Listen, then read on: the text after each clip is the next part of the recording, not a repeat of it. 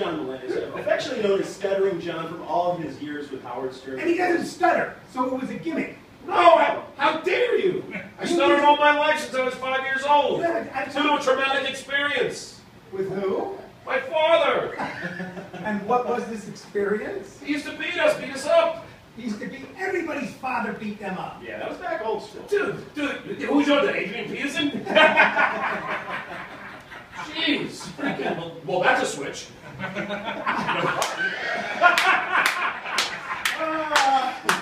Bada bing, bada boom. So we talked to you earlier this week. We're talking to Stuttering John, originally the Howard Stern Show, The Tonight Show. You've had an incredible career. You're a very funny guy off the air. And, we talked to you earlier in the week, and you were driving to town on either a Yaris or a Prius or a skateboard. You finally made it here, which is good. Yes, you I were did. concerned about that. I was too, because it's very difficult to drink and drive. It's a straight shot. It is a Once you straight get shot. out of Pasadena, it's a straight shot. It is the most boring ride I can imagine. Yeah. And the only thing that made it more boring was calling into your show. I thought we were helping. I guess.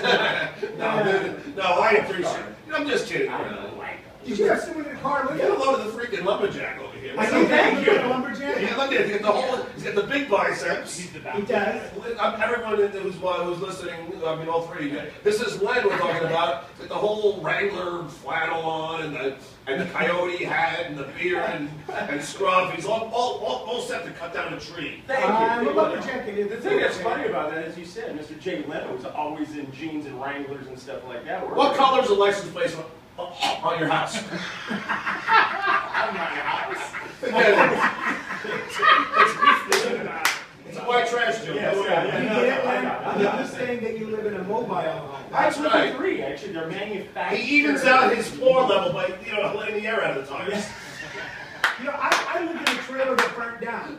I actually lived in a trailer that burnt down in High Ridge, Missouri in 1976. Oh, really? How did it burn down? Someone dropped a joint down the couch and nobody knew about it. Somebody. I It don't know who was, that somebody it was. was a big party at my house. I got mad at somebody. I was really drunk. I threw everybody out. I said, "Yeah, get out." Yeah. If I'd left them there, we would have caught it in time. I went to bed. And because it was a mobile home, there's only 2 people in it, right?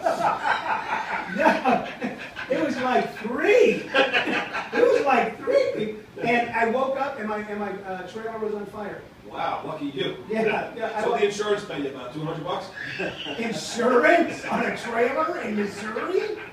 Missouri, I thought. Well, Missouri? Yeah, Missouri. First it's Missouri, and prove to all you Missouri people that you know what to say. You were exasperating me. That's right. There's another word for you, exasperating. Yeah. And stuttering. Yeah, I take great umbrage with your statements. I get umbrage. He's quite obtrusive. All right, Jonathan. Yes. Oh, the producer now.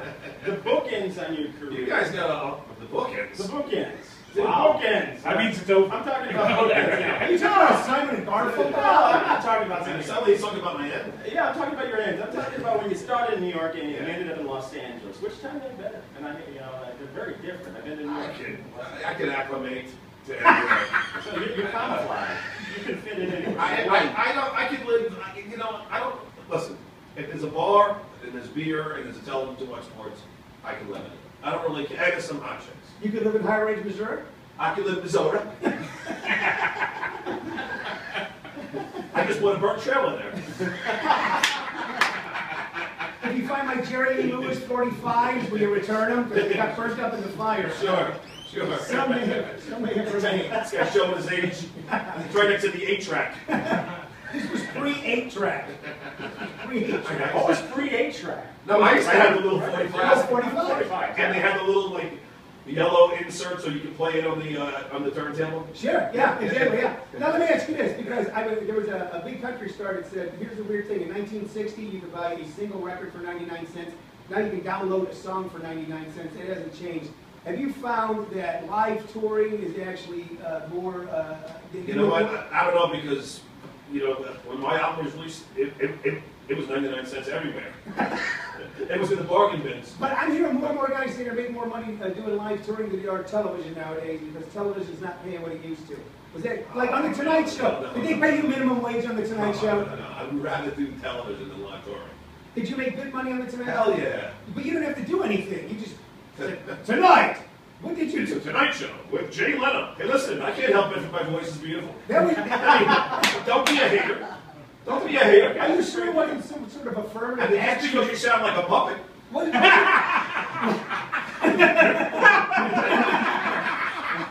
wasn't it wasn't it an affirmative action program to hire you on the Tonight Show? Wasn't it a... Jay has that weird voice. He has that speech problem. Is that why he hired you?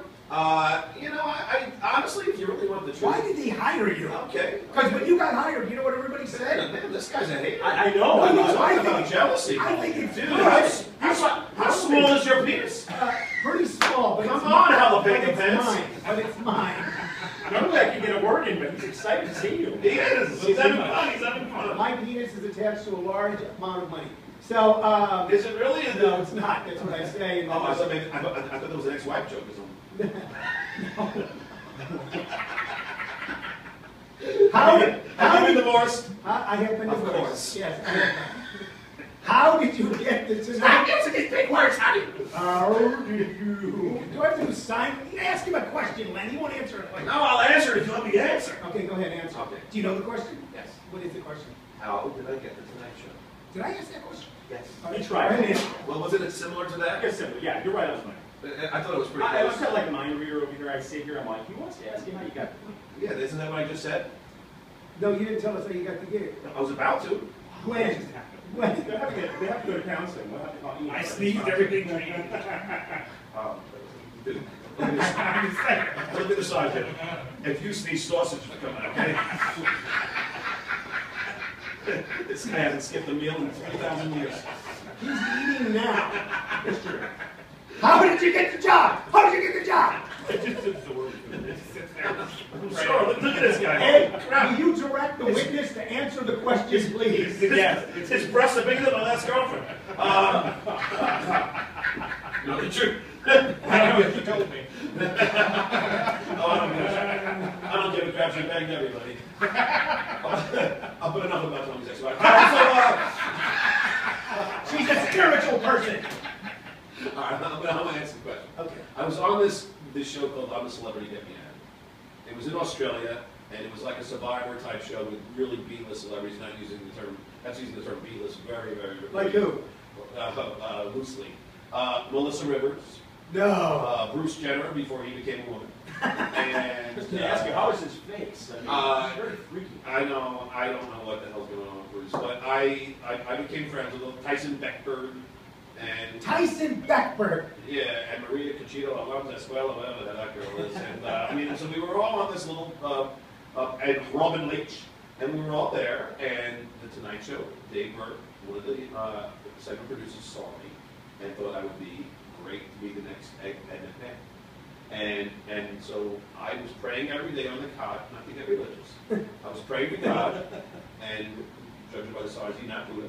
I was praying to God that I would be a guest on the Tonight Show. And what happened when I got off, I made it to the last day, and my wife was there. She told me that I was booked on the Tonight Show. I flew from Australia to LA, wrote the jokes on the way there in the town car. Did the appearance of Jay, had a great appearance. But as soon as I got off the stage, the executive producer and head writer offered me a job. Wow. Very cool. I was at the right place, doing the right thing at the right time. Did you have any competition? Was there anybody else? Did you beat anybody out for this? Well, there was a ton of people who wanted it. Like I know that there was a lot of people at the show who wanted it, which is why some people didn't exactly, welcome me with open arms because quite a few had wanted it. There was talks of Ryan Seacrest. Jimmy Brogan? Did Jimmy want it? I'm glad you beat me. I was Brogan with the show at the time. Well, not really, because look at how badly his career has done since then.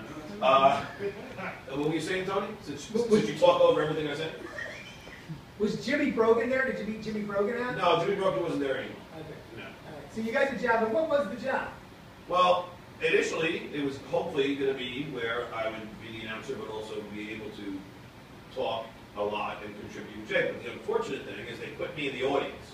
And while I was talking to the executive producer, who I love, Debbie Vickers is one of the greatest people in the world, but I was trying to tell her when they were going over where I was going to sit, I said, and the only place that seemed logical to them was in the audience. And I don't blame them because there really wasn't any room, but I said to them, if I'm in the audience, I'm just going to become a glorified heckler. Because then the crowd is not looking at you as a performer on stage. You're somehow lost in the crowd. You're one with them. So my biggest regret of that is I didn't fight harder to say, no, I've got to be somewhere on the stage, because then I'd be able to be me and be able to contribute.